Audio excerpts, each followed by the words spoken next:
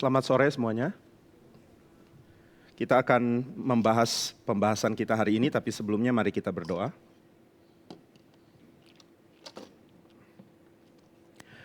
Bapa di surga, kami bersyukur karena kami adalah ciptaan-Mu yang menikmati Allah, Allah yang besar, Allah yang agung, Allah yang penuh dengan kemuliaan.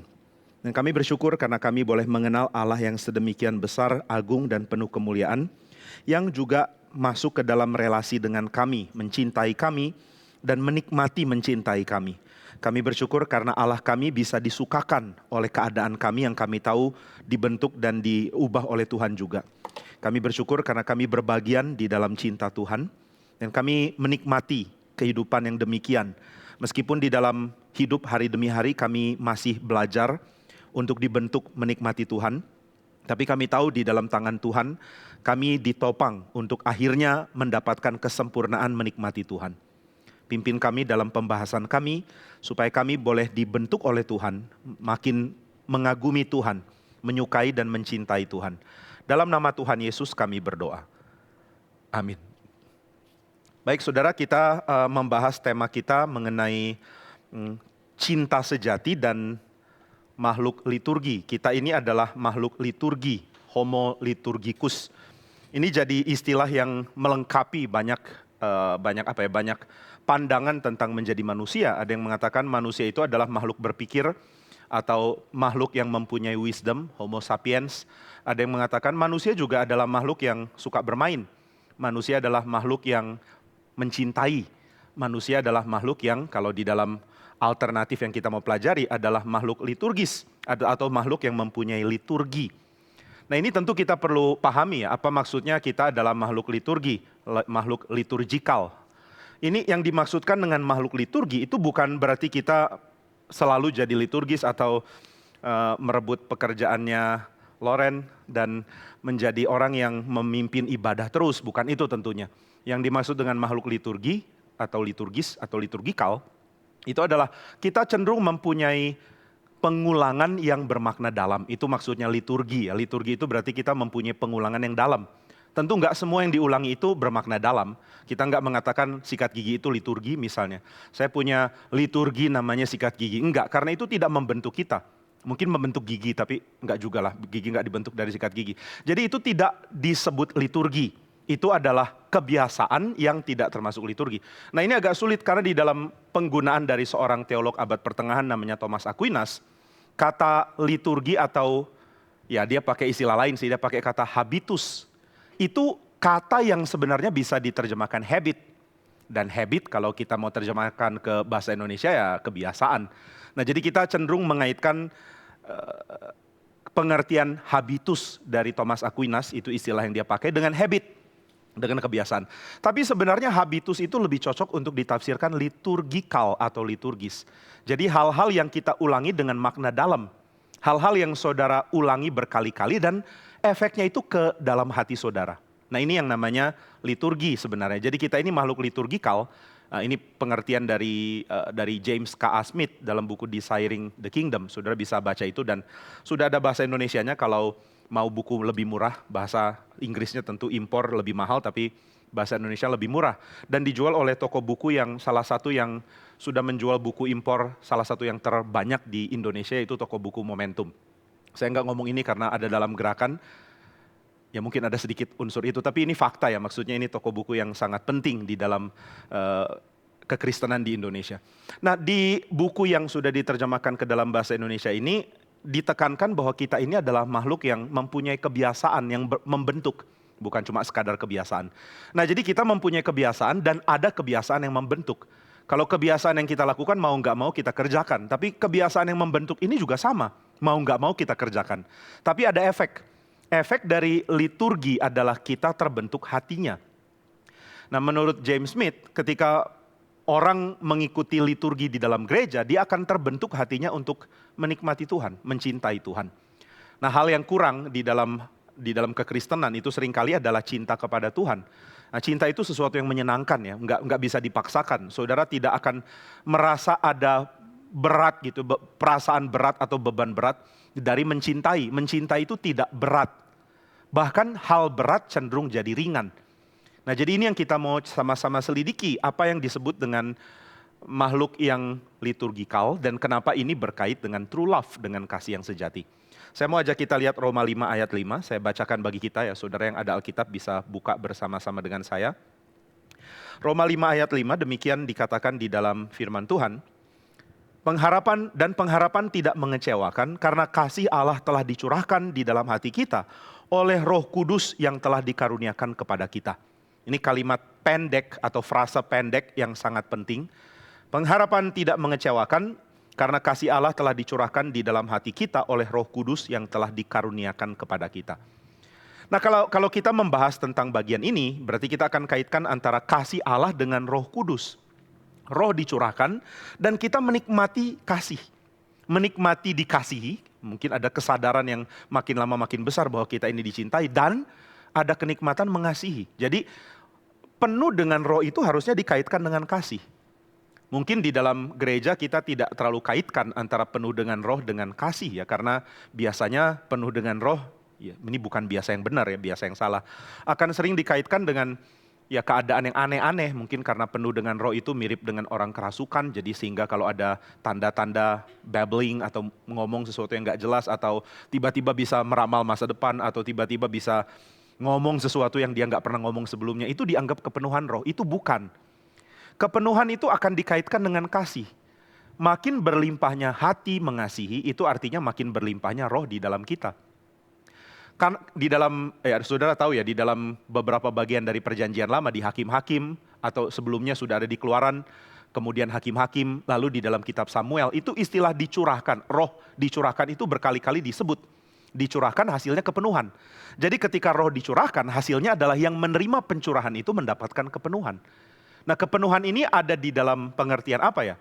Kalau kita lihat dalam kitab Keluaran, Bezaliel misalnya dia dipenuhi roh dan dia mempunyai hikmat di dalam membuat benda-benda untuk karya kesenian, untuk bait suci, untuk kemah suci. Lalu kita lihat di dalam kitab Hakim-Hakim, para hakim beberapa di antara mereka dipenuhi roh, dicurahkan dan dipenuhi roh. Dan mereka memimpin Israel untuk bersatu melawan musuh. Jadi mereka punya wibawa menyatukan Israel. Lalu kalau kita lihat di dalam kitab Samuel, Saul dipenuhi roh dan dia berani. Jadi berani, tadinya takut sekarang jadi berani. Berani ngapain? Berani menentang orang-orang yang melawan Israel. Nah, dikatakan setelah dia bertemu Samuel, dia dipenuhi oleh roh Allah hinggap pada Saul. Dan dikatakan Saul bernubuat. Nah, yang menjadi penting itu bukan cuma sekadar Saul bernubuat. Tapi karena di dalam kitab Samuel dikatakan Saul bernubuat di tempat pendudukannya Filistin. Nah, ini yang membuat kepenuhan roh itu jadi signifikan. Kok Saul bernubuat di tempat yang dikuasai Filistin? Ya, saudara harus lihat di zaman ketika Saul diangkat jadi raja, Israel itu terpecah-pecah. Ada daerahnya Israel, ada daerahnya Filistin. Daerah pendudukan, jadi Filistin lagi jajah Israel. Nah, dikatakan Saul bernubuat di daerah pendudukan Filistin. Nah, ini dikaitkan dengan kepenuhan roh. Berarti Saul dipenuhi roh, dia jadi berani bicara. Karena nubuat itu berarti menyatakan pesan Tuhan bagi Israel. Mungkin dia bernubuat bersama dengan nabi-nabi lain mengatakan Tuhan akan berikan kemenangan bagi umatnya dan orang Filistin dengar. Ini kan perlu keberanian besar. Sama seperti kalau saudara ada di tengah-tengah ya negara lagi konflik, misalnya contoh ya, lalu perang dengan negara lain dan negara lain lagi menang. Lalu saudara tiba-tiba bernubuat mengatakan Tuhan akan menghancurkan musuh-musuh kita termasuk kamu gitu kan. Itu berani sekali ngomong kayak gitu. Nah, jadi Saul dipenuhi roh dan dia bernubuat. Para hakim dipenuhi roh dan mereka menyatukan Israel untuk melawan musuh. Kecuali Simson, kita lihat bagian belakang, efeknya bagi Israel nggak ada karena mereka melawan roh. Jadi awal-awal ketika roh penuhi para hakim, langsung ada efek Israel bersatu dan musuh ditaklukkan. Tapi makin ke belakang seperti nggak ada efek lagi. Seperti orang Israel berhasil melawan roh. Jadi dipenuhi roh ditolak oleh Israel gitu ya, dan Roh Kudus mengizinkan itu untuk sementara, ya silakan. Dan Roh Kudus akhirnya undur dari para hakim. Maka hakim terakhir yang dipenuhi itu Simson, dan ya dia tidak menyatukan Israel untuk berperang, dia ributnya sendirian. Dia solo fighter gitu ya, dia bertarung sendirian dengan orang Filistin. Satu orang bunuh ratusan orang Filistin dan it's not a good thing. Waktu kita lihat itu bagus untuk resumenya Simson. Jadi kalau Simson mau jadi satpam, ini oke lah, ini ngawur. Dia akan bikin resume, saya pernah taklukkan ratusan orang Filistin, itu bagus buat dia. Tapi sangat buruk buat orang Israel. Karena berarti orang Israel gagal bersatu dengan Simson untuk mengalahkan Filistin. Nah jadi kalau kita lihat di perjanjian lama ada efek-efek yang beda. Dipenuhi roh, orang berbuat seni. Dipenuhi roh, orang menyatukan Israel. Dipenuhi roh dan orang bernubuat. Lalu Daud bagaimana? Daud dipenuhi roh dan dia do all kinds of things. Melakukan banyak hal dalam mengekspresikan kasih ke Tuhan. Daud itu unik ya, dipenuhi roh dan dia menyanyi bermazmur. Dipenuhi roh dan dia mengampuni. Dipenuhi roh dan dia tidak balas dendam ke Saul. Dipenuhi roh dan dia mengarang pujian untuk Tuhan. Heran ya, tidak ditulis Daud dipenuhi roh dan dia satukan Israel. Atau Daud dipenuhi roh dan dia bunuh singa, enggak. Nah jadi ini yang kita mau lihat, kenapa kalau Daud dipenuhi roh, waktu Daud dipenuhi roh. Yang ada pada dia adalah hati yang berlimpah di dalam kasih. Nah ini akan dikaitkan dengan sang anak Daud, karena sang anak Daud juga dipenuhi roh. Roh Kudus ada pada dia dan ternyata kaitan antara penuh dengan roh dan Kristus, itu adalah kasih. Itu sebabnya ketika Roh Kudus dicurahkan kepada kita lewat Kristus, Roma 5 ayat 5 mengatakan, kasih Allah itu dicurahkan lewat Roh Kudus. Jadi saya percaya bahwa pernyataan roh waktu penuhi orang dipuncakkan oleh Daud dan anak Daud lebih tinggi lagi. Tapi di perjanjian lama oleh sang Daud. Dipuncakkan di situ. Nah ini unik ya, jadi karya pertama roh penuhi orang adalah kemah suci, tempat ibadah. Lalu karya puncak adalah kasih. Tempat ibadah dan kasih. Di tengah-tengah ada perjuangan untuk menang. Jadi roh memberikan daya juang yang tinggi, dinamika, dinamis. Yang besar memang. Tapi diawali dan dipuncakkan oleh liturgi dan kasih. Oleh ibadah dan kasih. Ini menarik kan untuk kita pikirkan. Karena roh hadir dan bait suci atau kemah suci terbentuk tempat ibadah. Dan puncaknya adalah roh hadir pada Daud dan sang anak Daud dan kasih Tuhan dicurahkan. Kenapa ibadah dan kasih begitu erat menjadi pembuka dan juga pemuncak dari pekerjaan Roh Kudus di tengah Israel ya? Karena dua ini berkait. Ibadah akan membuat orang mampu mengasihi. Nah ini tesisnya. Jadi kalau ini dianggap sebagai sebuah presentasi paper, tesis utama saya hari ini adalah bahwa ibadah berkait dengan kasih. Karena roh Allah adalah roh yang mengasihi. Dan roh Allah memampukan kita mengasihi. Dan roh Allah adalah yang membuat kita mampu mengasihi melalui ibadah. Itulah liturgi yang akan membentuk kita untuk mengasihi. Nah sekarang argumennya apa? Ini kan tesisnya. Kalau nggak ada argumen ya nanti kita akan jadi orang Kristen yang lemah. Nah kita akan lihat argumennya. Nah untuk mengikuti argumen ini agak poinnya itu agak mundurnya atau agak menjauh dari tema gitu ya. Orang bilang ngelantur, tapi enggak, ini bukan ngelantur. Nanti saudara lihat akan berkait. Jadi harap ikuti argumennya ya. Dengan ketelitian mengikuti, saudara akan dapat pencerahan. Pencerahan yang bukan iluminasi firman tentunya, ini pencerahan biasa. Tapi paling tidak saudara akan dapat pengertian. Kenapa true love, kasih sejati, itu berkait dengan liturgi. Nah ini yang akan saya bahas secara argumen. Nah secara apa? Secara doktrinal. Nah saya akan membahas itu dan mengaitkannya dengan pengertian Tritunggal di dalam pengertian Agustinus. Nah ada satu hal, tentu Agustinus bicara banyak hal ya tentang Tritunggal. Nah ini poin pertama saya. Agustinus itu mengatakan bahwa Allah Tritunggal itu saling mengasihi, ada Bapa dan Anak yang mengasihi. Dan roh itu adalah ikatan kasih antara Bapa dan Anak. Menarik untuk kita pikirkan bahwa ternyata ikatan kasih itu adalah roh Allah. Nah mungkin saudara akan berpikir apakah pribadi Bapa dan pribadi Anak tidak mempunyai kasih di dalam diri mereka? Bukankah pribadi itu harusnya mempunyai kasih? Agustinus akan mengatakan iya, dan kasih itu adalah Roh Kudus. Tapi kasih itu bukan cuma sekadar ekspresi abstrak tetapi pribadi. Nah ini akan berkait dengan pikiran dari seorang teolog penting dari tradisi Neo-Calvinis namanya Herman Bavinck. Herman Bavinck mengatakan bahwa Allah kita itu adalah Allah yang simple. Ini bukan dari Bavinck, tentu ini dari Thomas Aquinas. Cuma Bavinck memberikan penjelasan apa maksudnya Allah yang simple.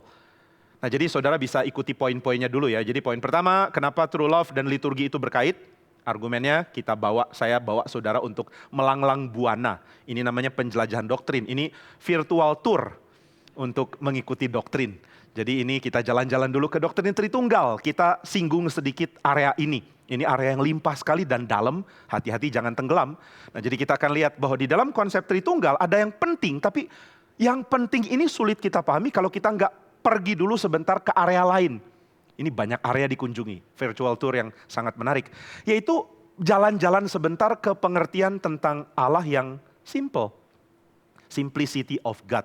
Nah ini bukan simple dalam arti, oh gampang, nggak terlalu rumit. Bukan itu ya, tapi maksudnya Allah itu tidak terdiri dari bagian-bagian. Nah kenapa ini dipegang sekali ya sama Herman Bavinck? Karena kalau kita mengatakan bahwa Allah itu terdiri dari bagian, maka kita akan mengatakan di dalam diri Allah itu ada kasih, ada adil, dan ada yang lain-lain. Dan itu menjadi sesuatu yang nggak berkait dengan Tuhan. Jadi Tuhan mempunyai kasih. Tuhan mempunyai jiwa yang adil. Tuhan mempunyai keberanian atau Tuhan mempunyai kekudusan. Tapi pertanyaan berikut, Tuhan bisa punya kasih dari mana? Bisa punya keadilan dari mana? Bisa punya keberanian dari mana? Nah ini hal-hal yang membuat kita mulai berpikir tentang Allah dengan cara yang salah. Yaitu bahwa Allah memiliki kasih, Allah memiliki keberanian atau apapun itu. Dan membuat kita jadi sangat merumitkan pengertian tentang Tuhan dan tentang sifat-sifat Tuhan sebagai yang terpisah. Tapi kalau kita lihat di dalam pengertian dari Alkitab, sebenarnya nggak begitu. Allah tidak bisa dipisah dari apa yang kita anggap sebagai pengertian yang kita kenakan ke Tuhan. Misalnya kalau kita bilang Tuhan itu mengasihi. Tuhan tuh belajar mengasihi dari mana ya? Ya dari dalam dirinya sendiri. Oh dia bisa mempunyai perasaan kasih dari mana? Oh itu dia ya dapat dari dalam dirinya sendiri. Nah itu penjelasan yang kurang kena. Karena menurut Bavinck sebenarnya kita harus mengatakan bahwa Allah dan kasih itu nggak bisa dipisah. Allah adalah kasih adanya. Bukan Allah memiliki kasih, Allah adalah kasih adanya. Jadi kasih dan Allah itu bukan dua hal beda yang ya Allah memiliki ini. Jadi kalau saudara melihat diri manusia, kalau saudara bilang saya mengasihi, maka ada sesuatu yang namanya kasih yang kita mau coba miliki dan rasakan. Ada konsep yang abstrak namanya kasih. Nah ini akan jadi tidak tepat. Karena di dalam pemikiran orang-orang Yunani, terutama Plato, ini sudah dibahas. Plato mengatakan kayaknya sulit loh mengerti bahwa keadilan itu berasal dari dewa-dewa atau kasih. Di dalam buku Simposium misalnya, ini buku yang unik ya, ini buku promosi sekolahnya Plato maaf. Jadi Plato bikin sekolah judulnya Akademia dan dia tulis buku di mana Sokrates itu nggak punya jawaban. Atau ya Sokrates jarang punya jawaban, cuma Sokrates di situ diskakmat gitu ya, jadi di debat sama orang dan Sokrates nggak bisa jawab. Didebat sama orang yang mabok lagi. Dan seorang perempuan. Jadi perempuan dan orang mabok bisa mendebat Sokrates dan Sokrates seperti kehilangan kepintaran untuk tanya balik. Ini buku benar-benar aneh loh, kok Sokrates nggak jadi hero-nya? Karena mungkin Plato mau bilang Sokrates aja bisa mentok gitu ya, jadi kamu perlu belajar di Akademia. Perlu diskusi dengan orang-orang yang bisa menambah pengertian kamu, itu kira-kira ya. Nah di dalam buku Simposium, dia membahas, ini Simposium itu unik ya, orang saling bicara sambil minum. Jadi katanya makin minum makin pinter bicara, makin minum makin hebat bicara, makin panas dan bisa ribut gitu kira-kira. Nah jadi mereka akan diskusikan tema-tema yang besar dan kali itu tuan rumah memutuskan untuk mendiskusikan tentang kasih, tentang cinta. Dewa cinta itu yang paling indah. Karena nggak ada yang lebih menarik daripada dewa cinta. Dewa-dewa lain memaksa orang menyembah dia. Tapi dewa cinta itu menarik orang untuk datang sendiri. Nah Sokrates tanya, memangnya dewa cinta itu adalah sumber kita mencintai. Nah kalau dewa cinta itu sumber kita mencintai, lalu kita mencintai dia, yang bikin kita mencintai itu dia. Jadi dia itu yang menggerakkan kita mencintai atau objek yang dicintai. Lalu kalau kita mencintai itu karena objeknya menarik atau karena kitanya punya cinta. Kalau kitanya punya cinta, kenapa kita berikan ke objek yang ini dan bukan yang itu? Berarti ada sesuatu dalam diri benda itu yang membuat kita mencintai, bukan dari dalam diri kita. Jadi kalau gitu cinta dari mana ya? Ini mentok gitu, orang nggak bisa berpikir kalau gitu cinta dari mana, apa itu cinta. Dan kalau kita tidak kaitkan cinta dengan Tuhan, akhirnya kita akan membuat cinta itu jadi konsep yang nggak berkait dengan pribadi. Cinta tidak personal dan cinta itu diperlukan oleh orang untuk berelasi secara personal. Aneh loh. Jadi banyak sekali akan bentur sebenarnya dalam pikiran manusia kalau kita tidak kaitkan kepada Tuhan. Nah itu sebabnya di dalam pengertian tentang Tritunggal, Agustinus menekankan Allah adalah kasih, Bapa mengasihi anak, anak mengasihi Bapa, Roh Kudus adalah ekspresi kasih itu dan dia adalah pribadi. Bukan cuma semacam konsep abstrak. Nah ini menarik untuk kita gali karena di dalam pengertian Herman Bavinck, Allah adalah yang membuat kita mengerti kasih sebagai sesuatu yang relasional dan personal. Nah sehingga di dalam pengertian tentang simplicity of God, Allah yang adalah tidak terdiri dari bagian, kita jadi memahami bahwa Allah adalah Allah yang hadir di dalam relasi dan hadir di dalam kasih. Nah itu sebabnya di dalam mengerti Allah, kita tidak bisa pisahkan dari relasi dan juga kasih. Nah maka menurut Agustinus, ketika Tuhan mencipta dan ketika Tuhan membuat ada manusia, yang Tuhan inginkan itu adalah untuk membagikan relasi kasihnya. Dia membagikan relasi kasihnya kepada manusia. Gimana caranya? Dengan membagi pribadi yang ketiga, Roh Kudus. Roh Kudus diberikan kepada manusia supaya kita ngerti seindah apa sih relasi antara Bapa dan anak. Maka roh itu jadi roh adopsi, kalau Alkitab bilang kita jadi anak. Supaya kita menikmati relasi dengan Sang Bapa. Tapi kita bisa jadi anak karena kita disatukan dengan Kristus. Jadi kita ini jadi satu dengan Kristus karena pekerjaan Roh Kudus. Nah ini yang membuat kita mulai merasa, oh jadi ternyata Tuhan itu mencipta kita untuk membuat kita menikmati relasi cintanya Dia toh. Dan ini menarik dan menyenangkan loh. Jadi kita tidak membebani diri kita dengan pengertian-pengertian yang jauh tentang Tuhan. Misalnya banyak sekali kadang-kadang kita berpikir dengan cara yang salah. Oh Tuhan menciptakan saya supaya saya berusaha bikin Dia senang misalnya. Saya diciptakan oleh Tuhan supaya ya saya bisa memenangkan hati Dia. Dengan cara jadi saleh, dengan cara ibadah yang baik, dengan cara ikut P3R. Jadi saudara harus ikut P3R dengan alasan lain, bukan itu. Tapi kita ingin supaya diterima, ingin menyenangkan Tuhan dengan harapan bisa diterima. Dan itu sulit. Karena Allah nggak begitu, Allah mau bagikan cinta kasihnya. Apa yang Allah rencanakan itu sangat menyenangkan sebenarnya untuk orang pilihan. Nah itu sebabnya Roma 5 ayat 5 mengatakan kasih Allah itu dicurahkan kepada kita lewat Roh Kudus. Loh kenapa Roh Kudus diberikan? Karena mau tarik kita untuk menikmati Dia. Mau tarik kita untuk menikmati Tuhan. Nah maka caranya kita menikmati Tuhan bagaimana? Kita ada di dalam relasi antara Kristus dan Bapa. Seenak apa sih dicintai oleh Allah itu? Nah saudara akan bilang, seenak apa ya cuma Sang Anak Allah yang tahu. Karena Sang Anak Allah yang dicintai oleh Bapa dan Sang Anak Allah yang menikmati diikat oleh Roh dengan cinta dengan Sang Bapa. Ikatan roh. Ini ikatan yang bukan ikatan yang membelenggu, ini ikatan yang membebaskan. Ada banyak hal yang sangat unik. Agustinus mengatakan hal-hal yang sepertinya berlawanan tapi ya benar tentang Tuhan. Ini adalah Roh Kudus adalah yang mengikat dan dengan demikian membebaskan. Lalu ada kalimat lagi, Allah itu bukan yang membuat menumpang ruang, tapi Allah itu menopang ruang. Jadi waktu Bapa menjadi Bapa kita, Allah menjadi Bapa kita itu satu dengan anak. Yang satukan siapa? Roh Kudus. Nah Roh Kudus menyatukan kita dengan Sang Anak, mengikat kita dengan Dia, maka kita bebas. Lalu Roh Kudus menjadi pengantara antara kita dan anak, maka kita jadi dekat dengan Dia. Ini pengantara yang unik, pengantara yang membuat kita dekat, bukan membuat kita jauh. Ini pengantara yang bukan pengantara birokratis ya. Kalau saudara mau ngomong sama Jokowi akan ketemu ajudannya dan agak sulit ketemu dia langsung. Ada ajudan. Mungkin ada ajudan untuk ketemu ajudan supaya bisa ketemu ajudannya Jokowi. Jadi ini berapa layer. Oh saya mau janjian ketemu Pak Jokowi. Oh iya, nanti janjian sama ajudan ya. Oke ajudannya di mana? Oh untuk sama ajudan harus janjian dulu sama ajudannya ajudan. Oke, janjian sama ajudannya ajudan gimana? Mesti janjian dulu sama ajudan Jokowi. Jadi setelah deal kapan mau ketemu ajudan Jokowi lewat ajudan Jokowi. Nanti kamu ketemu sama ajudannya Jokowi. Setelah itu baru nanti akan diatur apa yang kamu mau nanti disampaikan ke Pak Jokowi sama ajudan. Setelah kamu atur waktu sama ajudannya ajudan. Setelah sebelumnya janjian sama ajudannya ajudan. Ajudannya banyak sekali gitu ya. Jadi pengantara itu bikin jarak. Tapi Roh Kudus enggak, Roh Kudus itu tidak membuat jarak. Karena Roh Kudus itu adalah Allah yang menopang ruang. Bukan perlu ruang. Allah itu bukan perlu ruang tapi menopang ruang. Maka ketika Roh Kudus jadi pengantara antara kita dan Kristus adalah yang mengantarai kita dengan Bapa, kita bukan dibuat jarak, malah jadi dekat. Nah itu sebabnya kita ini disatukan oleh Roh Kudus kepada Kristus.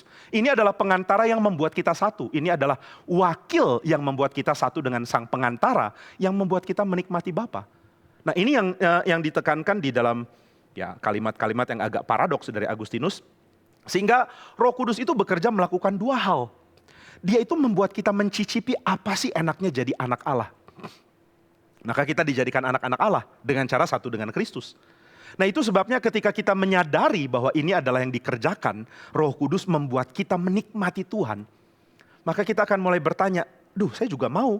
Apakah itu otomatis terjadi? Maksudnya kalau saya percaya Roh Kudus hadir dan plek semua beres? Enggak.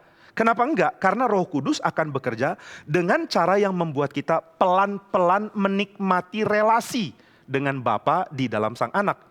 Roh Kudus adalah roh yang akan membentuk kita mencicipi indahnya dicintai. Nah, untuk menyadari indahnya dicintai, saudara itu perlu berada di dalam sebuah tindakan dan kebiasaan yang sifatnya adalah liturgi. Sesuatu yang membuat saudara menikmati Tuhan melalui tindakan yang bermakna dalam. Nah, untuk ada sebuah tindakan yang bermakna dalam, ada tiga aspek penting yang dikerjakan oleh Roh Kudus. Yang pertama adalah Roh Kudus menyatukan kita kepada Kristus yang dinikmati lewat gerejanya di bumi. Jadi Roh Kudus membawa kita untuk menikmati Tuhan lewat orang-orang yang sama-sama ditebus. Dengan kata lain, Roh Kudus membentuk kita melalui orang-orang yang ada di sekitar kita untuk membuat kita belajar menikmati Tuhan. Nah, ini pekerjaan yang dia kerjakan. Jadi dia memberikan kepada kita komunitas, memberikan kepada kita orang-orang yang sama-sama mau belajar apa sih rasanya atau gimana sih menyenangi Tuhan itu, bagaimana bisa menikmati Tuhan. Nah, ini yang kadang-kadang luput di dalam persekutuan Kristen. Karena di dalam persekutuan Kristen kita lebih ingin menikmati persekutuannya dan mentok di situ ketimbang berusaha belajar menikmati Tuhannya. Jadi tujuan finalnya atau chief end-nya adalah menikmati persekutuan itu sendiri. Yang nggak salah menikmati persekutuan tentu hal yang kita suka juga. Saya yakin saudara nggak terlalu hobi kumpul-kumpul sama orang yang nyebelin. Nggak ada yang punya jiwa kayak begitu kan. Saya pengen lo bersekutu dengan orang-orang yang nyebelin. Tolong yang nyebelin kumpulin sama saya. Lalu ketika bertemu saudara mengatakan, aduh anugerah Tuhan itu besar. Kenapa? Karena ketemu orang nyebelin gitu ya. Enggak kan, saudara mau menikmati relasi, menikmati persekutuan tentunya. Nah, cuma problemnya adalah kita seringkali menjadikan itu titik final atau garis terakhir. Sehingga apa yang kita mau cari adalah menikmati persekutuan itu sendiri. Tapi itu sebenarnya belum final. Karena di dalam pengertian liturgi atau ibadah atau kebiasaan atau habit, saudara dan saya ini sedang berusaha untuk menikmati Tuhan sebenarnya. Jadi kita perlu pengertian dulu sebelum akhirnya menjalankan sebuah liturgi, yaitu saya mau ngapain sih? Saya mau belajar menikmati Tuhan. Menikmati Tuhan dengan cara apa? Dengan cara yang Tuhan pamerkan di dalam sejarah. Dengan cara yang Tuhan lakukan di dalam gerejanya. Dengan cara yang nggak sama, atau ya mungkin ada samanya tapi ada bedanya loh dengan dunia ini. Ada liturgi dunia, ada habit, ada kebiasaan-kebiasaan yang bermakna dalam dari dunia ini. Tapi ada kebiasaan atau habit atau ibadah yang bermakna dalam di dalam gereja. Di mana Tuhan menarik kita untuk dibentuk. Dan dibentuk itu artinya makin lama makin memahami Tuhan mencintai kita. Nah, itu sebabnya di dalam ibadah saudara dan saya itu dipakai atau dibentuk oleh Roh Kudus untuk ada di dalam gereja Tuhan. Dengan tujuan supaya kita belajar untuk menikmati Tuhan. Nah, jadi kita lihat ya, Roh Kudus yang dikirim oleh Tuhan, Bapa mengirimkan Roh Kudus ke dalam hati kita supaya kita menjadi anak di dalam Kristus, disatukan dengan Dia, menikmati cinta Dia yang rela berkorban bagi kita dan belajar mencintai Dia. Lalu dengan demikian kita belajar menyadari bahwa Tuhan mencintai saya ternyata. Sang Bapa menganggap saya sebagai sang anak, karena saya satu dengan sang anak. Cinta yang Bapa berikan kepada anak, itulah yang kita nikmati. Karena Agustinus bilang, roh Allah yang mengikat Bapa dan anak dengan kasih adalah yang diberikan ke dalam hati kita. Roma 5 ayat 5. Nah, jadi Tuhan mencintai kita sebagai anaknya, dan kita perlu menyadari ini di dalam pembentukan yang dilakukan di dalam ibadah. Lalu kenapa ya ibadah itu kita bisa dipakai untuk membentuk kita untuk mengasihi Tuhan? Karena di dalam ibadah saudara menjadi bagian dari komunitas yang sama-sama ingin bertumbuh di dalam menikmati cinta Tuhan. Maka saudara, setting dari ibadah di dalam gereja akan diarahkan ke situ. Diarahkan ke bagaimana caranya saya hadir untuk menyembah Tuhan. Dan menyembah worship itu berkait dengan kesadaran tinggi bahwa Allah itu sangat layak untuk membuat saya sujud. Kekaguman yang besar akan keindahan Tuhan. Kita senantiasa dipamerkan akan keindahan Tuhan. Namun keindahan yang seperti apa? Nah, Luther ini punya konsep yang sangat indah. Keindahan yang paling tinggi dan paling puncak itu dipamerkan dengan kerelaan Allah menerima kita. Jadi saudara bisa mengagumi Allah dengan keindahan maha dahsyat yang dipamerkan di dalam tradisi dari zaman Baroque misalnya. Zaman Baroque berusaha membawa surga ke bumi sehingga banyak sekali kemewahan dan kehebatan seni yang sifatnya superfluous, luar biasa gitu, membuat kita kagum. Kalau saudara lihat dari ukiran ataupun lukisan ataupun musik di dalam zaman Baroque, saudara akan menikmati kelimpahan, limpah sekali. Nggak simple, rumit. Nah, rumit dan agung ini membuat kita kagum. Tapi Luther menyeimbangkan dengan, bukan menyeimbangkan lah, memberikan ada yang lain juga selain itu. Yaitu menikmati Tuhan yang sangat mencintai kita. Menikmati Tuhan yang menerima kita. Sehingga kita menjadi sempurna di dalam rasa puas sudah diterima oleh Tuhan. Dan ini yang perlu diingatkan dengan ibadah. Nah, kenapa ibadah itu penting? Alasan pertama adalah karena kita akan dimasukkan oleh Roh Kudus ke dalam kebiasaan yang ada di dalam gereja Tuhan. Bukan kebiasaan yang harus diperbarui sebenarnya, kebiasaan yang perlu dijalankan. James Smith mengatakan bahwa dia menyesalkan gereja yang tidak terbiasa untuk menikmati liturgi dengan cara merevolusi liturgi. Jadi gereja merevolusi liturgi supaya bisa menikmati ibadah, itu aneh menurut dia. Karena bagi dia, untuk melihat masa depan dari ibadah gereja, gereja harus lihat ke belakang. To look forward is to look backward gitu ya. Tugas gereja untuk masa depan adalah lihat ke belakang. Apa sih yang kita biasa lakukan? Apa yang gereja nikmati? Coba itu yang kita teruskan. Karena sangat sulit bagi kita untuk ada di dalam liturgi, kalau liturgi itu sesuatu yang sangat kekinian dan tidak mendarah daging di dalam sejarah, kalau mau pakai istilah mendarah daging. Tidak ada dalam sejarah, bukan sesuatu yang sudah lama terbentuk. Nah, saudara, kalau lihat hal-hal yang sudah lama, bangunan lama yang bagus ya, yang klasik, yang masih kokoh berdiri, itu ada perasaan mengagumkan loh. Sama seperti kalau saudara lihat, saya pakai contoh arloji lagi ya, arloji lama yang bagus, yang masih berfungsi baik. Saudara lihat itu dan saudara seperti mencicipi timelessness gitu ya kalau mau dibilang. Seperti mencicipi sedikit kekekalan. Ada sesuatu yang melampaui waktu. Ada sesuatu yang membuat kita sadar bahwa manusia itu bukan baru sekarang ada. Manusia itu udah dari dulu ada. Dan apa yang saya lakukan sekarang melanjutkan apa yang dari dulu ada. Saudara kalau pernah berpikir tentang teori konspirasi ini, saya nggak menawarkan itu ya. Cuma orang biasanya mengatakan, ini teori konspirasi sebenarnya udah lama sekali. Dari zaman perang salib sudah ada gitu. Jadi teori konspirasinya udah lama banget. Ini dari orang-orang yang pakai kerudung, yang kumpul-kumpul, kemudian merencanakan ini itu, mempengaruhi politik dan raja-raja dikuasai oleh mereka. Ini udah ada dari abad ke-10 gitu, abad ke-11. Langsung ada perasaan, wah ini penjahat timeless gitu ya. Penjahat yang sudah ada sepanjang waktu. Nah, coba pikirkan, itu ya oke lah, itu bukan sesuatu yang perlu dipikirkan dengan terlalu serius lah, itu nggak penting. Atau mungkin saudara bilang, kayaknya Pak Jimmy termasuk dalam teori konspirasi ini, makanya dia bilang gak penting supaya kita gak menyelidiki dan mengetahui. Ya terserah lah kalau saudara pikir gitu. Cuma coba pikirkan ya, waktu saudara beribadah, saudara berbagian di dalam kegiatan yang sudah 2000 tahun. Yang sudah 2000 tahun lah plus minus atau kurang lebih. Yang dipraktekkan di dalam makna yang dalam. Nah, ini yang harusnya kita pikirkan.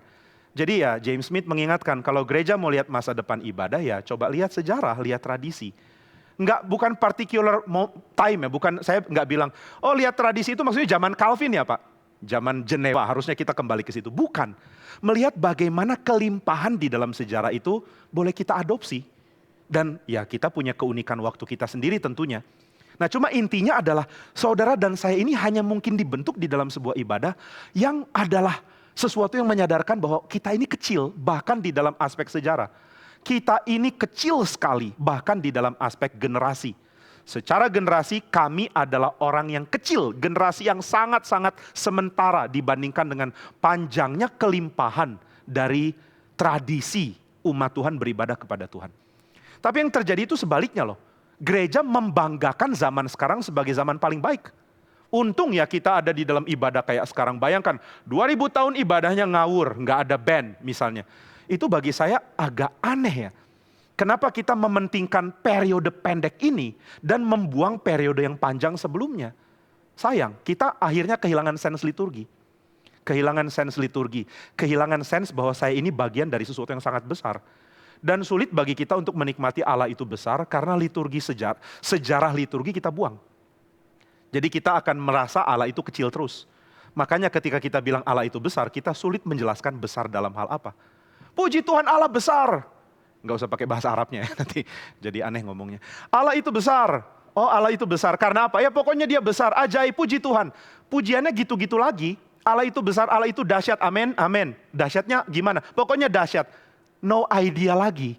Karena kita sudah terlalu membanggakan zaman kita dan menyingkirkan sejarah yang besar. Kita udah jadi sombong dengan hebatnya zaman modern, sehingga kita tidak punya ide betapa kecilnya zaman kita. Bayangkan ya, kalau saudara jalan-jalan lihat bangunan kuno yang sudah bertahan, yang pertama dibangun tahun 1100 atau 1200, lalu saudara merenung, kok bisa ya Tuhan bekerja begitu limpah, membangun umatnya, menikmati begitu banyak panjangnya sejarah, menikmati Tuhan. Wah, saya kok boleh berbagian? Itu membuat kita sangat rasa kecil, dan justru waktu kita rasa kecil, kita rasa keagungan dalam hati kita muncul. Kalau saudara lihat keran di dapur saudara, kalau apalagi yang kos, dapurnya aja udah kecil, maaf ya yang kosnya kecil, bukan mau menghina, cuma mau memberikan poin yang langsung kelihatan. Dapurnya kecil, nggak ada dapur di kosnya mungkin, numpanglah ke dapur di bawah atau apapun, lalu saudara buka keran tempat cuci air. Tempat cuci piring. Air kok dicuci. Tempat cuci piring. Lalu saudara lihat air itu keluar dari keran. Adakah saudara akan mengatakan atau menyanyikan, maka jiwaku pun memujimu. Rasanya kok susah ya. Lihat air keluar dari keran. Kecuali kalau saudara sudah kehausan, udah mau mati, lalu lihat air keluar dari keran, mungkin akan bilang, maka jiwaku memujimu. Tapi jarang ada orang merasakan besarnya Tuhan lewat air yang menetes atau yang keluar ngocor dari keran. Tapi kalau saudara lihat air terjun yang besar, ya nggak usah jauh-jauh lah, di negara kita juga banyak. Air terjun si Piso-Piso salah satunya ya. Saudara berdiri di bawahnya lalu lihat ke atas, rasa kecil banget. Saya waktu ke sana ya, saya ambil jalan turun, ternyata tempat paling rendah itu bukan yang paling rendah. Lalu saya berdiri di pinggir, lihat ke bawah sambil foto. Sambil khawatir kalau HP-nya jatuh. Nah saya nggak tahu, ternyata orang yang ada di atas bilang, saya nggak khawatir HP Bapak jatuh, saya khawatir kalau Bapak jatuh bersama dengan HP-nya. Gitu ya. Itu tingginya bukan main, padahal ini sudah di bawah. Lalu saya lihat ke bawah, langsung rasa kita ini siapa ya? Kecil banget. Lalu lihat lagi ke atas, waduh kita ini kecil banget. Nah waktu saudara menyadari saya kecil, itu akan membuat kita sedikit mengerti besarnya Tuhan. Meskipun nggak total ya. Allah itu agung, Allah itu besar. Nah karena kita menyadari Allah itu besar, hidup kita jadi limpah. Dan ini yang membuat kita mulai merenungkan, kalau Allah yang sedemikian besar rela jadi kecil demi kita. Ini cinta yang mengalahkan segalanya, itu akan membuat kita bertumbuh. Nah maka salah satu yang harus kita sadari adalah Roh Kudus sedang membawa kita untuk berbagian di dalam tradisi besar. Sehingga kita merasa kecil. Perasaan kecil yang membuat kita menikmati kebesarannya Tuhan. Nah ini hal yang pertama. Lalu hal yang kedua, Roh Kudus membuat kita menikmati simbol. Menikmati simbol. Nah kenapa menikmati simbol itu penting? Karena saudara akan melakukan sesuatu yang ada makna gede. Yang saya lakukan ini ada makna simbolik. Itu sebabnya upacara pernikahan, pemberkatan, itu banyak simbol-simbol yang penting. Seperti cincin. Saya yakin ya kalau saudara mau menikah, saudara nggak akan sepelekan ini kan. Misalnya saudara nggak bilang, udahlah ngapain sih pakai simbol-simbol segala, tinggal datang aja lalu pendeta tumpang tangan. By the way, tumpang tangan juga jadi semacam simbol. Jadi kalau kita bilang nggak usah pakai simbol-simbolan, berarti kita mengatakan bahwa hidup yang kita alami setiap hari, yang kita lihat setiap hari itu adalah segalanya. Nggak ada hal yang lebih besar dari itu. Simbol membuat kita sadar bahwa ada yang lebih besar dari itu. Dan simbol ini adalah pernyataannya. Misalnya ketika saudara, misalnya kalau kita menikah, atau bukan kita, saudara dan saya maksudnya, kecuali Bu Dewi dan saya. Saudara menikah, saudara akan memberikan cincin, dan cincin itu menjadi tanda dari cinta kasih. Ada yang besar yang gak kelihatan, yang sekarang saya nikmati. Istri saya sering tegur, tolong dong kalau mau kasih contoh cincin, tolong pakai kayak. Oke, saya lupa pakai. Tapi intinya adalah ya saudara ngerti maksudnya. Maksudnya adalah ketika kita melihat cincin, saudara akan melihat sesuatu yang melampaui cincin itu.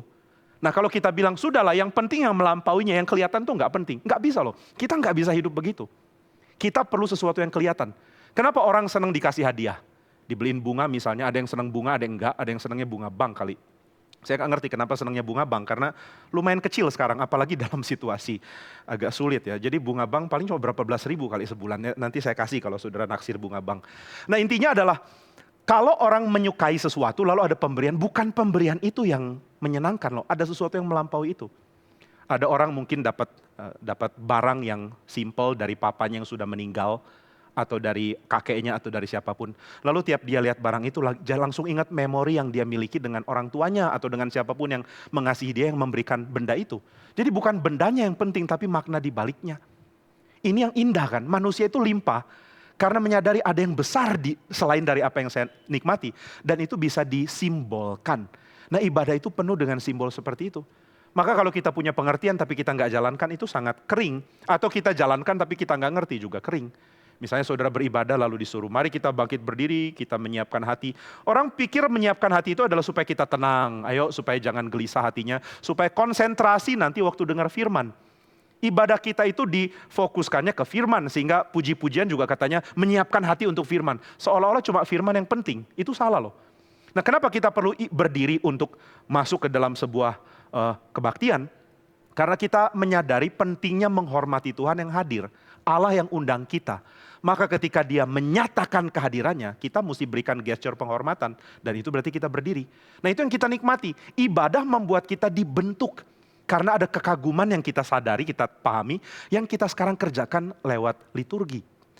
Nah itu sebabnya liturgi di dalam gereja sangat penting. Karena James Smith mengatakan, kita ini sedang dibentuk juga dengan liturgi di dalam dunia kita. Liturgi sekuler. Luar biasa banyak, ada 3 bolpen. Ada yang warna biru, ada warna merah, dan ada stabilo. Ini luar biasa. Jadi kalau kata-kata Tuhan pakai warna biru, kalau cuma Pak Jimmy pakai merah. Kalau ngawur pakai warna apa lagi gitu. Nah, saya jadi lupa mau ngomong apa. Oh ya, ketika saudara menikmati Tuhan, saudara akan menikmati sesuatu yang dunia ini ngerti. Nah Sabtu depan kita akan bahas ya gimana dunia memanfaatkan liturgi yang sebenarnya nyontek dari liturgi Kristen, lalu dijadikan komoditi untuk marketing. Nah ini Sabtu depan, hadirilah P3R atau zoomilah P3R. Nah maka ketika kita menikmati liturgi dalam gereja, kita melakukan sesuatu yang dunia ini sangat inginkan. Nah ini yang saya harap kita dapat ya, Sabtu depan lah lebih jelas ke arah itu. Sekarang kita melihat ini kaitannya dengan Roh Kudus dan kasih. Kalau saudara tidak sadar betapa besar dunia menginginkan liturgi gereja, saudara akan merasa yang kita lakukan itu nothing, gak penting. Tapi dunia ini sangat-sangat haus akan gereja. Saudara bisa lihatlah, hal yang paling populer dan paling tinggi, yang paling laku, paling penting di dalam dunia, apapun itu ya, selalu akan ada unsur Kristen di dalamnya. Kalau saudara mengatakan cerita-cerita yang paling bagus, cerita-cerita yang membuat kita semua sangat terpukau, itu cerita yang mengandung unsur dari cerita Alkitab. Ada unsur itu yang keluar. Nah jadi ada banyak hal yang sebenarnya dunia sangat inginkan dari kekristenan loh. Saya ingat apa yang dikatakan Carl Truman waktu kutip seorang penyanyi, seorang vokalis rock. Sekarang saya lupa namanya siapa ya, cuma kutipannya itu menarik. Dikatakan bahwa saya ini sudah lama tidak percaya Tuhan. Saya ini tidak percaya Tuhan dan makin saya pikir tentang dia, makin saya merindukan dia. Gitu ya. Jadi aneh ya loh, orang ateis kok mikirin Tuhan. Nggak bisa enggak soalnya. Kita ini merindukan Tuhan meskipun kita menolak dia. Jadi di satu sisi kita menolak dia, tapi di sisi lain kita sangat perlu dia. Sangat perlu ceritanya dia, sangat perlu apapun yang gereja atau yang orang Kristen sudah tangkap tentang dia. Dunia merindukan liturgi gereja. Tapi sayangnya gereja nggak ngerti ini sehingga gereja merindukan liturgi dunia masuk ke dalamnya. Ini kacau balau ya. Dan ini yang rusak jadinya. Nah tapi Tuhan ingin dia dinikmati di dalam sebuah liturgi. Nah maka hal pertama, liturgi membuat kita masuk ke dalam sebuah sejarah besar. Kita ini kecil zaman kita. Dari tahun kita lahir sampai tahun kita mati, seluruh generasi kita. Itu cuma satu generasi kecil dari sejarah gereja yang besar sekali. Lalu yang kedua ada simbol yang kita nikmati di dalam gereja. Lalu yang ketiga ada pernyataan simbolik juga yang menghisap kita ke dalam sebuah cerita. Nah ini yang pernah dikatakan sama N.T. Wright di dalam buku tentang Paulus. Dia mengatakan bahwa semua cerita yang bagus dan juga semua, atau saya lupa yang mana yang dia mau tekankan. Cerita yang bagus dan ada simbol yang bagus di dalamnya. Itu perlu worldview, ada kerangka pikir yang tepat. Atau kalau saudara punya kerangka pikir yang tepat, saudara sudah ada simbol-simbol yang membuat kita mengerti tentang hal besar. Maka saudara perlu sebuah cerita. Kita ini perlu dihisap ke dalam cerita yang lain. Saudara dan saya perlu cerita lain selain cerita kita. Makanya kita senang nonton film, kita senang baca novel, kita senang lakukan apapun yang ada ceritanya. Kalau nggak ada ceritanya sulit menikmati. Kalau ada ceritanya itu jadi lebih menyenangkan. Apapun sekarang pakai cerita. Ya saudara bahkan yang unik adalah perkelahian atau bukan perkelahian ya, pertandingan UFC pun mesti pakai cerita. Si fighter ini atau atlet ini nggak suka sama atlet itu karena ada story. Waktu dulu, waktu ini beneran terjadi ya. Jadi ketika John Jones mau tanding dengan Daniel Cormier, Ini 2 orang mau tanding UFC. Nah mereka bikin cerita. Waktu mereka hadap-hadapan setelah timbang badan, dorong-dorongan, hampir berantem, lalu dipisahin. Kemudian wartawan tanya, kenapa kalian dorong-dorongan? Lalu mereka mulai bikin cerita, saya rasa dia dendam sama saya. Kenapa?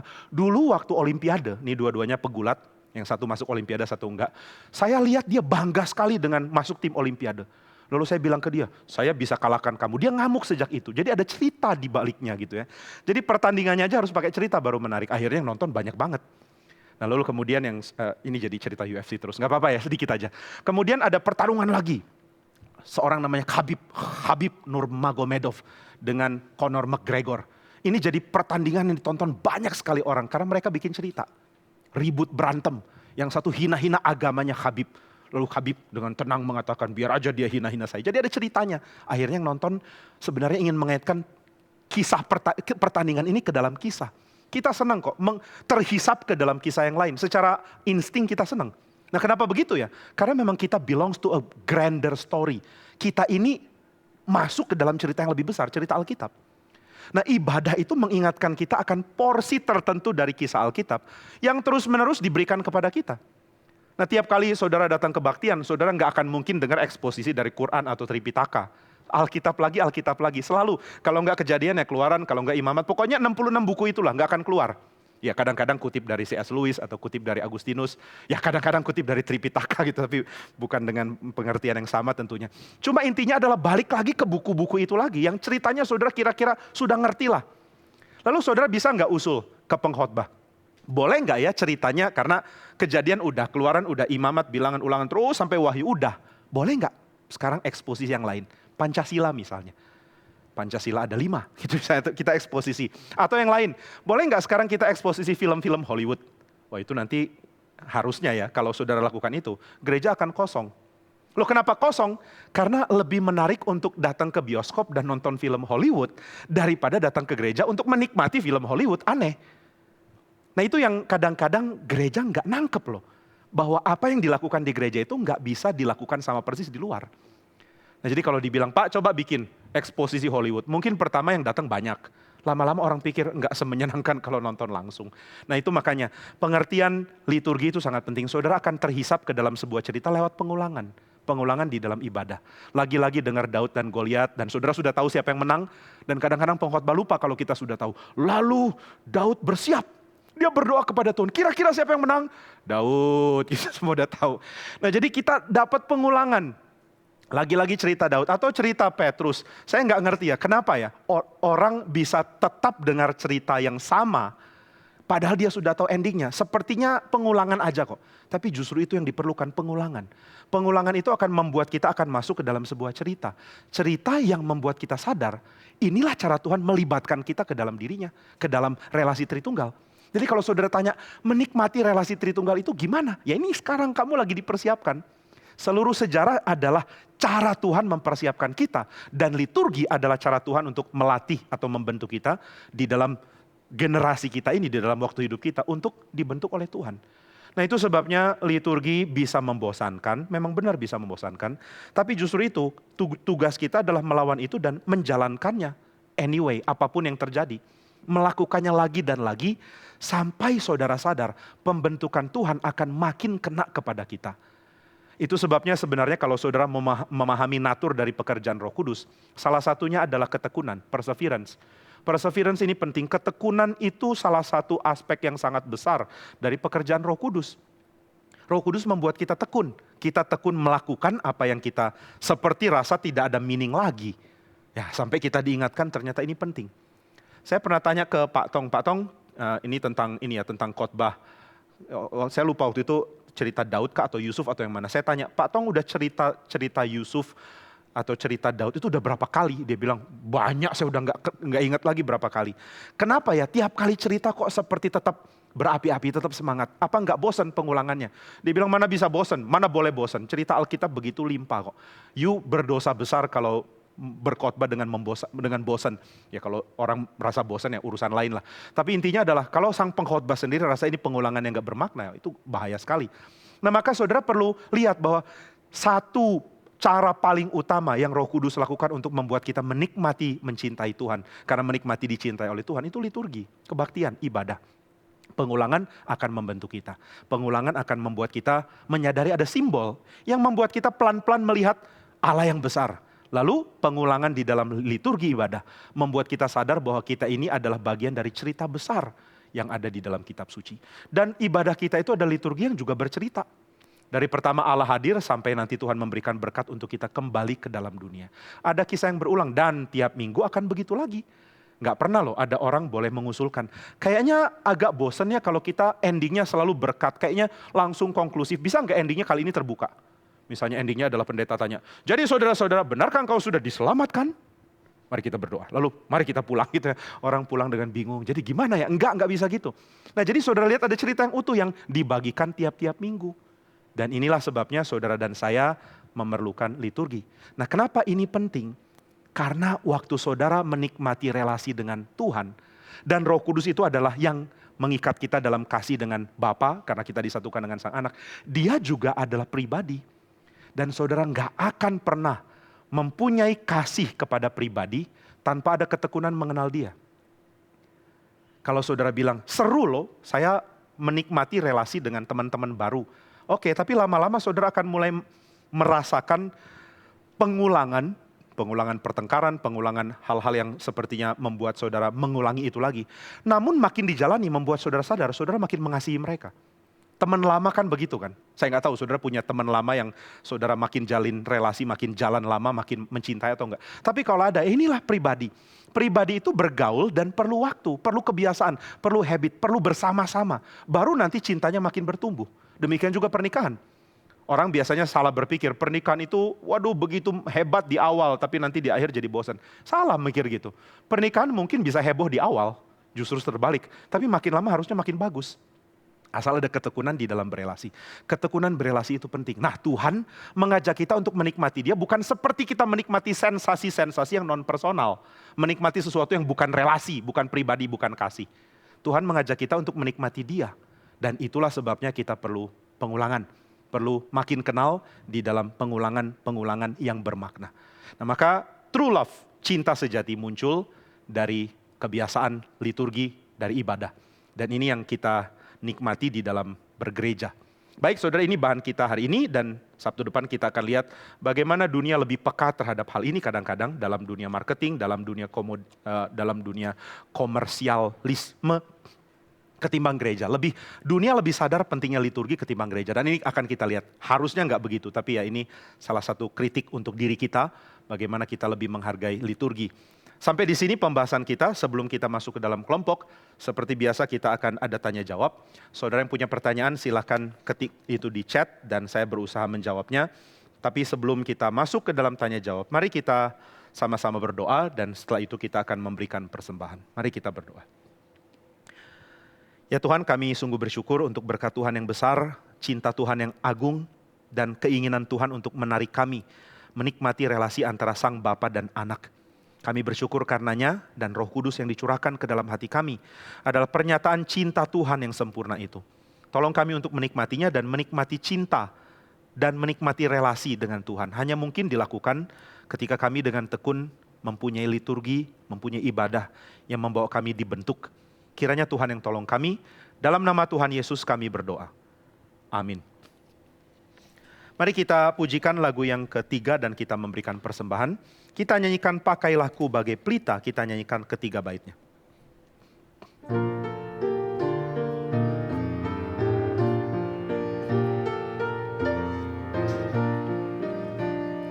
Pakailah ku bagai pelita, menyinari dunia, meski kecil namun terang, dimanapun jua. Pakailah ku bagai lagu, menghibur yang susah dan menguatkan yang lemah, menjadi gembira. Pakailah ku bagai tongkat, pesandar yang lelah, segenap naga kesehatan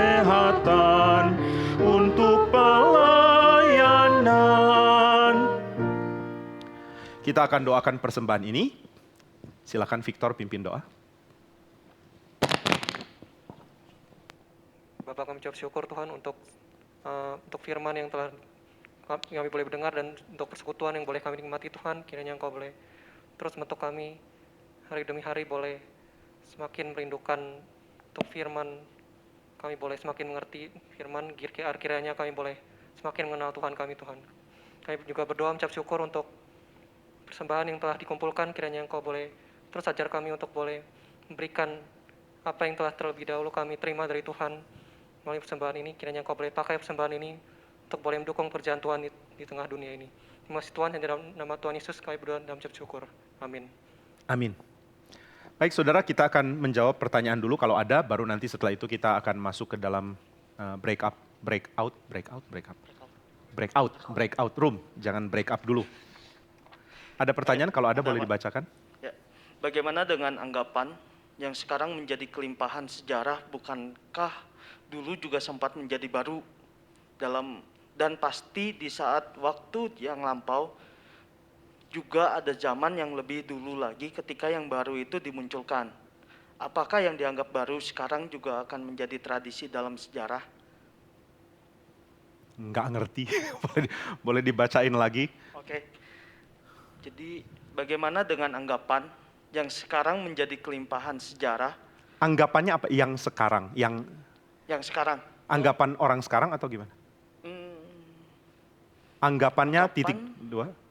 Anggapan, koma, petik. Oh ya, oke. Yang sekarang menjadi kelimpahan sejarah, bukankah dulu juga sempat menjadi baru? Dan pasti di saat waktu yang lampau, dulu juga ada zaman yang lebih dulu lagi ketika yang baru itu dimunculkan. Apakah yang dianggap baru sekarang juga akan menjadi tradisi dalam sejarah?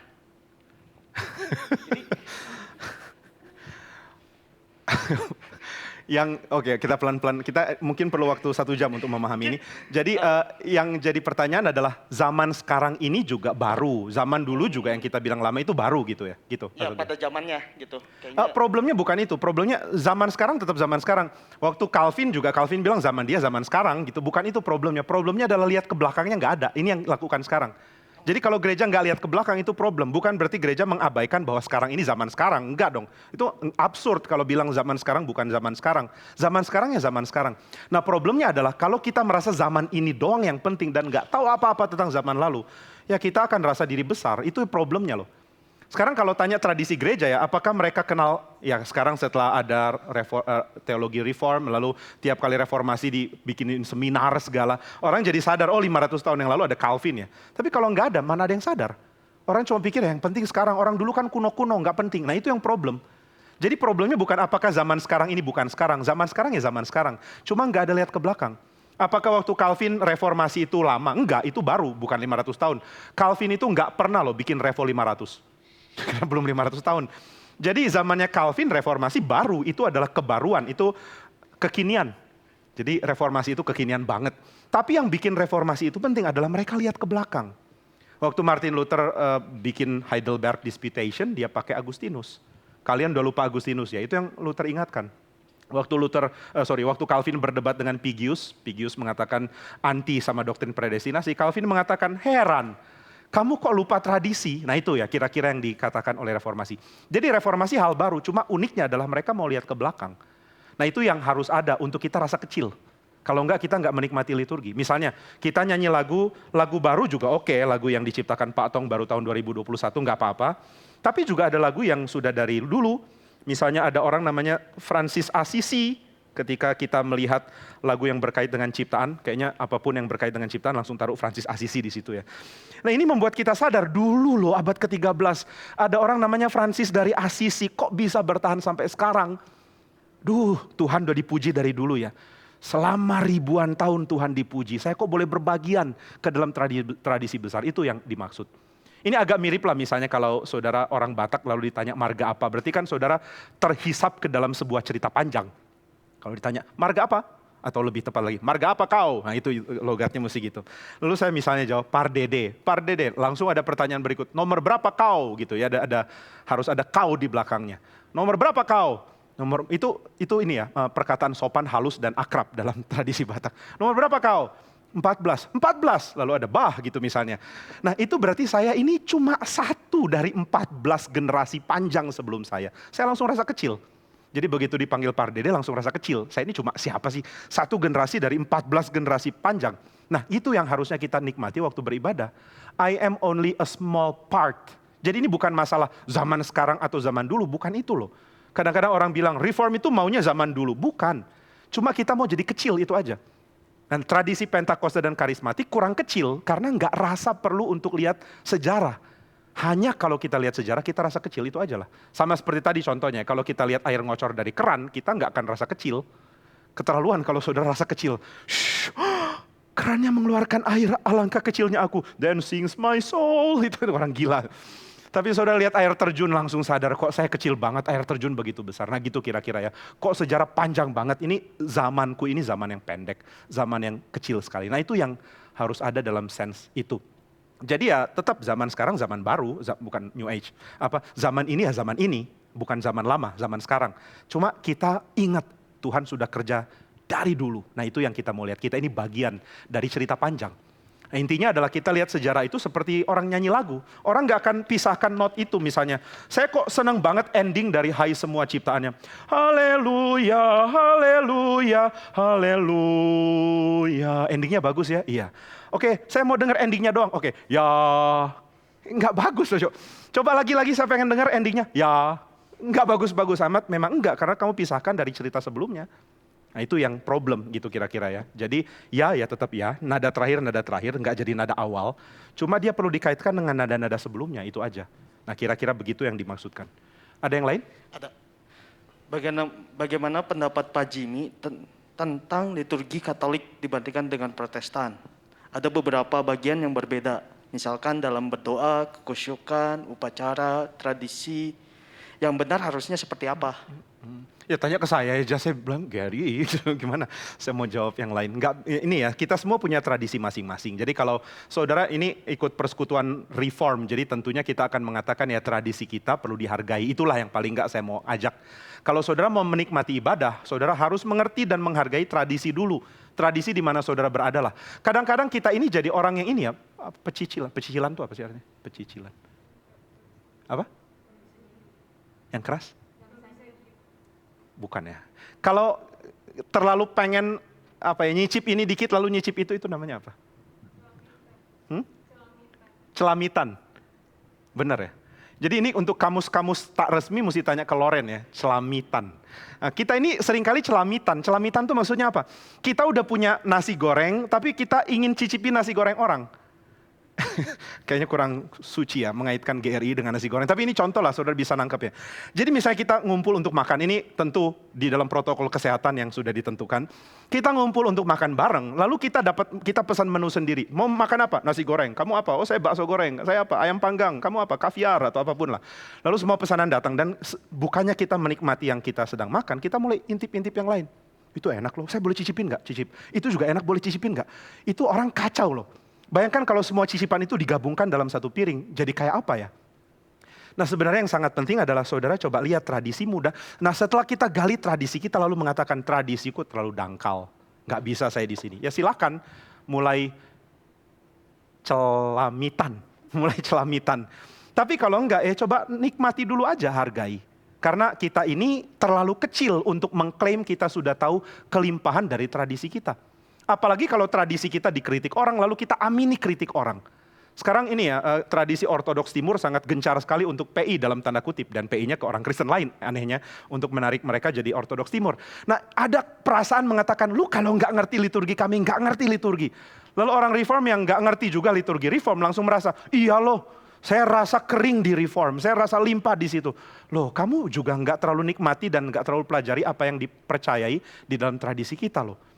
Nah jadi kita perlu memahami ya bagaimana Tuhan bekerja dengan limpah di dalam zaman dulu dan nikmati itu. Jadi kalau ditanya, Pak yang benar yang mana?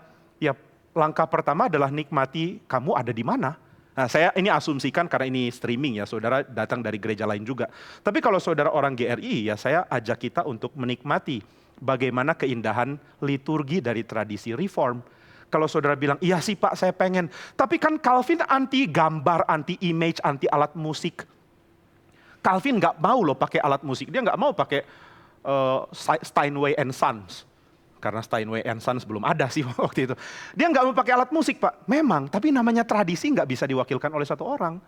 Kita nggak bisa bilang Calvin is everything. Karena Calvin nggak suka ada gambar atau ada patung, kita nggak pakai patung. Kita pakainya patong. Karena Calvin nggak suka alat musik, kita nggak pakai alat musik. Nah itu bukan tradisi, itu namanya mendewakan orang. Kamu tradisi mana? Aku tradisi yang Calvin is everything. Ya salah dong begitu. Karena kalau kita cuma punya satu orang untuk jadi panutan, ya sulit jadi tradisi. Kecuali Kristus, Kristus melampaui seluruh tradisi, dia menggenapi seluruh zaman. Lain lagi, Kristologi adalah lain pemikirannya dari tokoh-tokoh teologi sepanjang sejarah. Jadi ketika saudara mengatakan, saya ingin belajar tradisi saya, ya welcome. Cuma syaratnya adalah tradisimu harus kaya pemikir penting, kalau enggak sulit loh.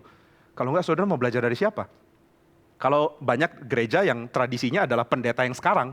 Jadi pendeta sekarang ngomong apa itulah segalanya. Loh itu enggak kaya sama sekali. Loh kalau pendeta itu salah ada yang imbangi enggak? Enggak ada. Maka kita namanya gereja reform bukan gereja Stephen Tong. Meskipun yang dirikan Pak Tong. Pak Tong itu orang luas hati karena dia mengatakan mari pelajari sejarah reform.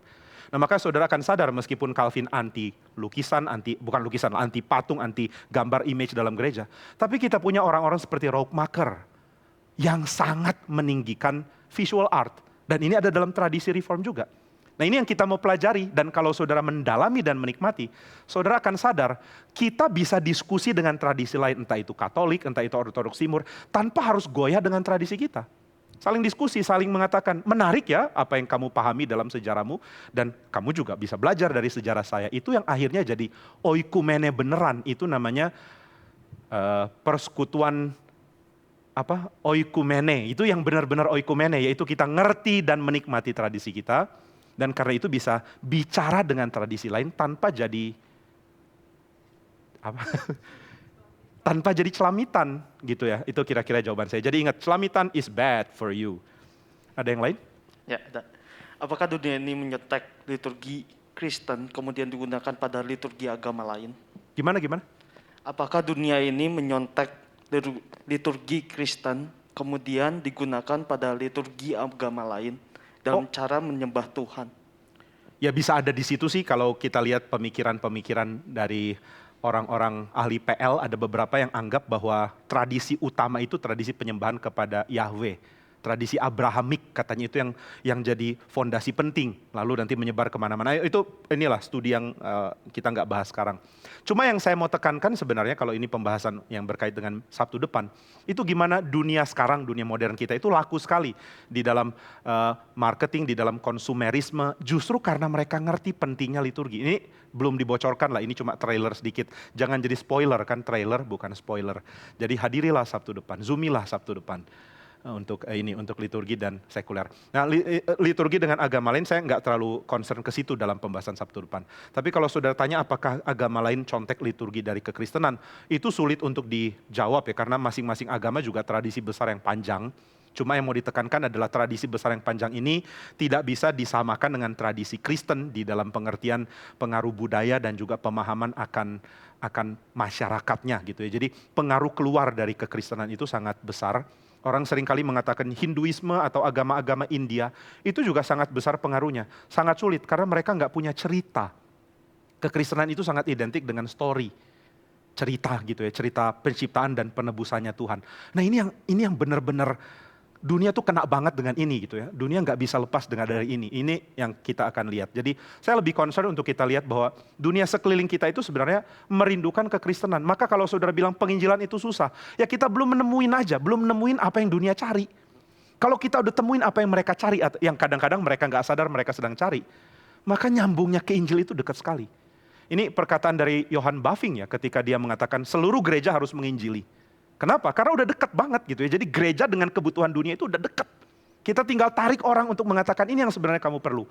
Nah ini kenapa gereja harus menginjili. Jadi kalau ditanya kenapa gereja harus menginjili, nggak usah bilang itu tugas suci yang Tuhan berikan. Ya itu benar. Tapi yang lebih tepat lagi adalah karena jawaban dari pertanyaan dunia itu dekat sekali. Ini sama seperti orang ngomong begini, saya kok perutnya ada bunyi keruyuk-keruyuk gitu ya. Lalu mata kunang-kunang, kemudian tangan udah mulai gemetar dan saudara punya roti. Saudara bilang, lu perlu ini tahu nggak? itu tanda lapar misalnya.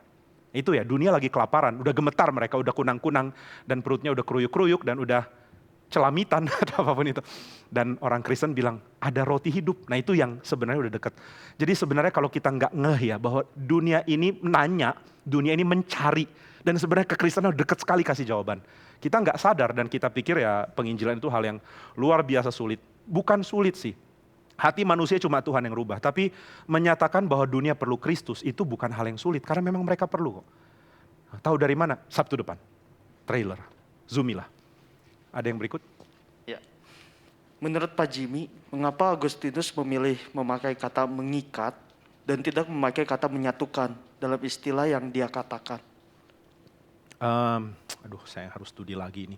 Saya nggak bisa, makanya menurut Pak Jimmy ya, kalau lebih teliti lagi harus baca artikelnya lagi karena ada banyak hal yang saya harus lihat lagi untuk jawab ini.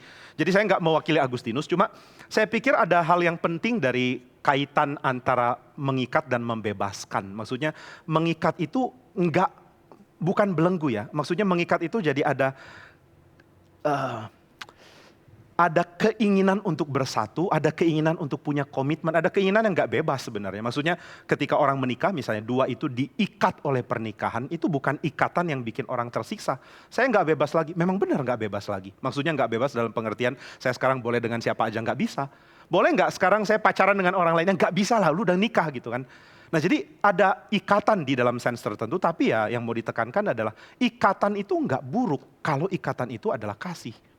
Nah, jadi itu yang dia mau tekankan. Maksudnya kerinduan Agustinus adalah bahwa apa yang dinikmati oleh Bapa dan Anak itu yang Tuhan mau berikan. Dan kita kan nggak percaya dua tunggal, Bapa dan Anak adalah satu. Kan ada Roh Kudus.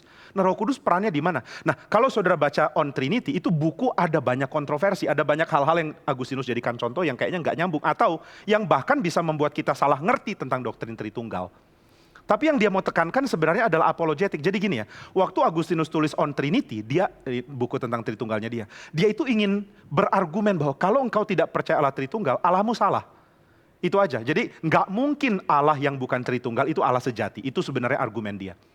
Maka dia mau kaitkan dengan apa yang kita pahami sehari-hari, misalnya kasih, relasi, ikatan, dan dia pakai bahasa itu gitu. Dan Roma 5 ayat 5 itu yang dia jadikan, ya bukan eksegesis lah, bukan penafsiran Roma 5 ayat 5. Cuma ini dijadikan alasan atau dasar untuk apa yang dia kemukakan. Ini saya pikir sangat kaya. Jadi Agustinus ingin menekankan bahwa yang membuat kita rasa terbelenggu itu bukan itu bukan karena ada ikatan.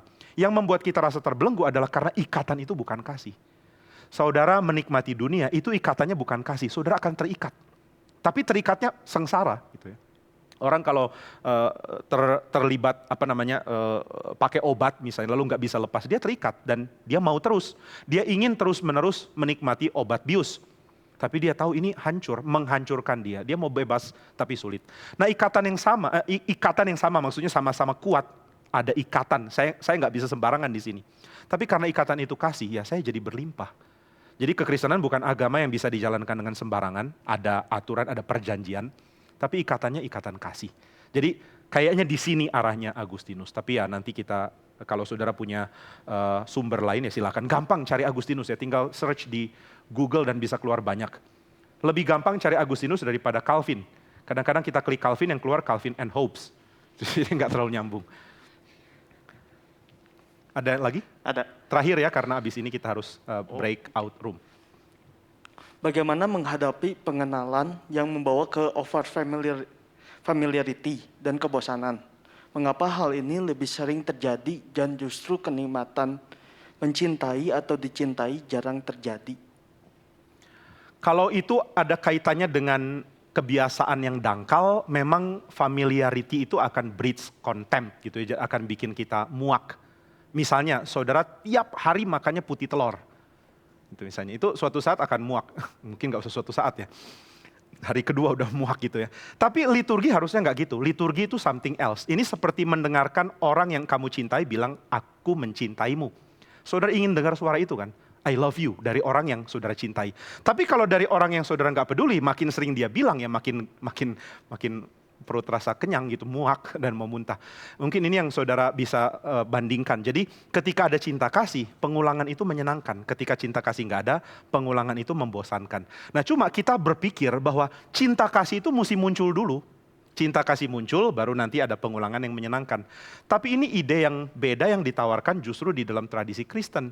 Thomas Aquinas misalnya mengingatkan bahwa pengulangan itu bisa memunculkan kasih juga. Atau ini Luther lah, jangan Thomas Aquinas mungkin yang lebih ngomong persis hal ini. Luther mengatakan, ini kutip dari Agustinus juga sebenarnya. Luther mengatakan, kita ini ditarik oleh cinta, ditarik oleh sesuatu yang baik. Cinta itu menarik kita ke sesuatu yang baik. Jadi kalau kita udah suka, apapun itu yang kita sukai akan baik. Nah kalau Tuhan lain, Tuhan itu kalau sudah cinta, maka apapun yang dia cintai akan jadi baik. Terbalik ya, kita ditarik ke arah yang baik oleh cinta. Kalau Tuhan karena cinta membuat yang baik. Maka ketika cinta Tuhan ada pada kita, kita akan bikin yang baik dari situ. Dan Tuhan bisa bikin yang dari situ menjadi baik. Jadi pengulangan yang membosankan itu bisa dipakai Tuhan untuk lama-lama membuat kita makin mencintai. Makin mengulang, makin bosan sepertinya. Sampai ada momen saudara mengatakan, ini nggak bosan, ini menyenangkan. Saya yakin saudara dari dulu sampai sekarang baca Alkitab yang sama terus. LAI belum keluarin versi yang baru kan. Dan saudara nggak bilang bosan. Dan saudara tidak bilang bosan bukan hanya karena sungkan. Kalau ada yang tanya misalnya, Loren, kamu bosan nggak baca Alkitab? Pandangan begini udah bikin dia takut jawab, enggak Pak, enggak bosan. Tapi mungkin kita bisa bilang, kayaknya bosan juga. Tapi nanti saudara akan sadar, ada momen di mana saudara mengatakan, saya enggak bosan loh. Dan momen itu bisa belakangan. Saya sendiri alami misalnya, saya pertama kali rajin baca Alkitab itu waktu 2 SMA, agak terlambat. Waktu itu saya rasa, kenapa ya, ada baca bukunya Billy Graham dan Pak Tong gitu ya. Lalu waktu itu saya goncang imannya karena dikasih tahu bahwa Islam yang benar. Karena saya di sekolah SMA yang penginjilannya kuat, pengquranannya kuat, atau apa itu namanya? Pemualafannya kuat gitu ya. Jadi saya mau dimualafkan. Waduh, saya dihantam dengan berbagai argumen bahwa Alkitab itu bertentangan dan yang lain. Akhirnya saya cari jawaban. Nah, akhirnya baca-baca buku, salah satunya bukunya Pak Tong. Sampai saya ngerti, oh iya kekristenan itu begitu benar.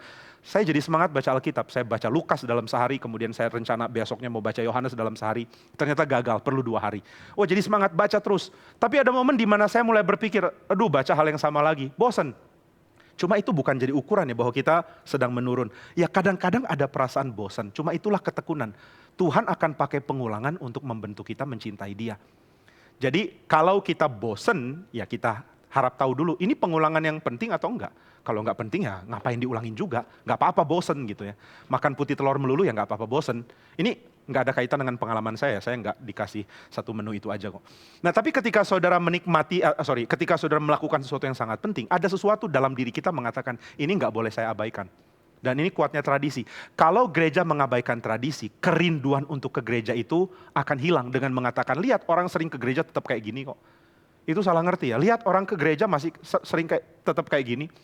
Saudara itu salah loh, sama seperti kalau orang mengatakan, lihat ada orang olahraga masih gemuk juga. Ya jawabannya adalah, ya dia kurang banyak olahraganya, bukan olahraganya yang salah. Sama kalau orang mengatakan, lihat tuh orang ke gereja gitu-gitu aja. Iya oke, tapi jangan jadikan kesimpulan yang salah. Seringkali kita argumennya itu nggak logis sama sekali. A dan B nggak berkaitan. Ada orang rajin ke gereja tapi tetap korupsi, tetap selingkuh, berarti gereja nggak penting. Loh. Kok gitu ya? Itu argumen ngawur luar biasa karena nggak ada kaitan di situ. Yang pertama, apakah dia ke gereja sebagai sesuatu yang dia lakukan sebagai orang yang sudah diselamatkan atau belum? Itu satu pertanyaan yang penting juga. Cuma intinya adalah kebiasaan mengulang itu harus ada, nggak bisa nggak. Hal yang nggak penting pun tetap kita lakukan. Saudara sikat gigi, lalu satu kali saudara ngomong, orang bilang, sorry mulutmu bau. Lalu saudara bilang, ini karena sikat gigi. Udahlah kalau gini saya nggak usah sikat gigi. Itu ngawur. Kalau sikat gigi masih bau, kesimpulannya ya sikat gigi lagi.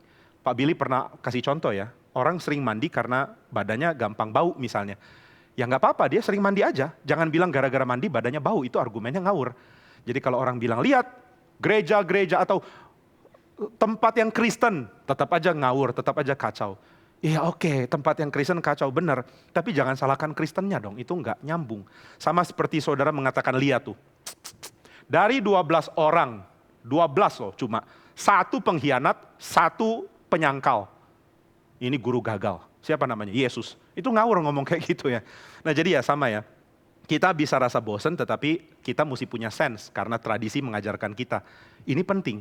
Nah ketika saudara rasa kecil, saudara rasa nggak ada kemungkinan untuk lepas dari inilah. Kayak kita dan budaya sekolah lah. Kalau saudara ketemu anak-anak misalnya umur 8 atau umur 10, saudara langsung akan tanya, sekolahnya kelas berapa? Saudara nggak asumsi dia sekolah atau saudara udah asumsi dia sekolah kan? Kalau saudara ke daerah-daerah lalu ada anak lagi main bola di pinggir jalan pakai baju belakangnya tulisannya Ronaldo tapi depannya Persib gitu misalnya. Kapan Ronaldo main di Persib saya nggak tahu. Lalu saudara langsung tanya, Cil, kelas berapa lo gitu kan? Saudara tanya dia, kamu kelas berapa? Saudara nggak tanya, kamu sekolah nggak? Saudara sudah asumsikan dia sekolah. Atau kalau ada anak lari-lari di jalan, main bola sama teman-temannya di jam 9, pas saudara lagi mau KKR regional, saudara akan tegur, kok kalian nggak sekolah? Lalu anaknya jawab, kenapa sih old fashion banget cara berpikirnya, nggak semua harus sekolah. Ada yang self study gitu misalnya. Enggak kan, kita udah asumsikan harus sekolah. Dan ini membuat orang sungkan bolos. Membuat orang merasa dalam jam sekolah saya mesti sekolah. Anak-anak di daerah atau dimanapun ya, pagi-pagi akan bangun di dalam masa sebelum pandemi. Dan akan ke sekolah, rutin, begitu aja. Nah demikian orang Kristen harusnya, rutin aja ke gereja. Dan ya Tuhan akan membentuk dari situ gitu. Jadi kadang-kadang tradisi penting untuk mengingatkan kita tetap di gereja. Dan ini yang membuat kita menikmati pembentukan itu pada akhirnya. Jadi jangan mengandalkan perasaan kita yang lagi dibentuk kok. Jadi jangan diandalkan. Kayak saudara mengandalkan pengetahuan fisika saudara ketika saudara pertama kali belajar fisika, itu kan aneh. Pak Profesor, saya kurang setuju dengan ilmu fisika Bapak. Oh Anda belajar fisika dari kapan? Dari 5 menit lalu. Tolong belajar dulu lah. Nah kalau kita datang kebaktian untuk dibentuk perasaannya supaya mencintai Tuhan, ya tolong jangan terlalu banyak andalkan perasaannya dulu. Karena perasaan kita bisa deteksi, bosen bisa deteksi, kurang bisa deteksi, nggak bagus. Tapi itu yang justru harus dilawan, ketekunan untuk terus berada di dalam liturgi yang baik. Kira-kira begitu ya. Baik sampai di sini ya, kalau yang masih bertanya belum bisa dijawab ya harap bisa ada waktu kita lakukan tanya jawab. Atau ada waktu atau ada kesempatan Tuhan memberikan anugerah, saudara mempunyai pertanyaan yang bisa terjawab. Mari kita berdoa. Bapa di surga, kami menyerahkan waktu selanjutnya ketika kami berdiskusi dengan orang-orang sekeliling kami. Biarlah kami boleh menjadi berkat dan mendapat berkat melalui persekutuan, melalui berbicara dengan orang-orang yang ada dalam breakout room kami. Kiranya Tuhan pimpin setiap pemimpin kelompok, berikan kemampuan untuk menghidupkan pembicaraan. Dalam nama Tuhan Yesus kami berdoa. Amin.